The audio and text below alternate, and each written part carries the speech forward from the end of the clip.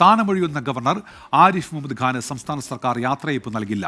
മുഖ്യമന്ത്രി ഉൾപ്പെടെ സംശയനിഴലിൽ നിർത്താൻ ശ്രമിച്ച ആരിഫ് മുഹമ്മദ് ഖാനോട് മമത വേണ്ട എന്നാണ് സംസ്ഥാന സർക്കാരിന്റെ തീരുമാനം. ദുഃഖാചരണത്തെ തുടർന്ന് രാജ്ഭവൻ ജീവനക്കാർ ഗവർണർക്ക് നൽകാനിരുന്ന യാത്രയയപ്പ് റദ്ദാക്കി. ആരിഫ് മുഹമ്മദ് ഖാൻ സ്ഥാനമൊഴിയുമ്പോഴും സർക്കാരും ഗവർണറും തമ്മിലുള്ള ഭിന്നത തീരുന്നില്ല. സ്ഥാനമൊഴിയുന്ന ഗവർണർമാർക്ക് സർക്കാർ യാത്രയയപ്പ് നൽകുന്ന പതിവുണ്ട്. എന്നാൽ ആരിഫ് ഖാൻ്റെ കാര്യത്തിൽ ആ പതിവ് തെറ്റിക്കുകയാണ്. നാളെ കേരളം വിടുന്ന ആരിഫ് മുഹമ്മദ് ഖാന് യാത്രയയപ്പ് നൽകേണ്ടെന്നാണ് തീരുമാനം.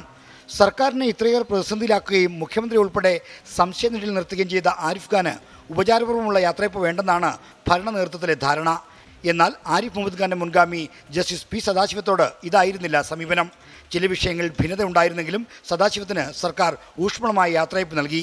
രാജ്ഭവനിലെ യാത്രയയപ്പ് സമ്മേളനത്തിന് പുറമെ മാസ്കറ്റ് ഹോട്ടലിൽ വെച്ചും മുഖ്യമന്ത്രിയുടെ നേതൃത്വത്തിൽ സദാശിവത്തിന് യാത്രയയപ്പ് നൽകിയിരുന്നു. മാസ്കറ്റിലെ യാത്രയയപ്പ് യോഗത്തിൽ മുഖ്യമന്ത്രിയും മന്ത്രിമാരും സദാശിവത്തെ പ്രശംസിച്ച് സംസാരിക്കുകയും ചെയ്തു.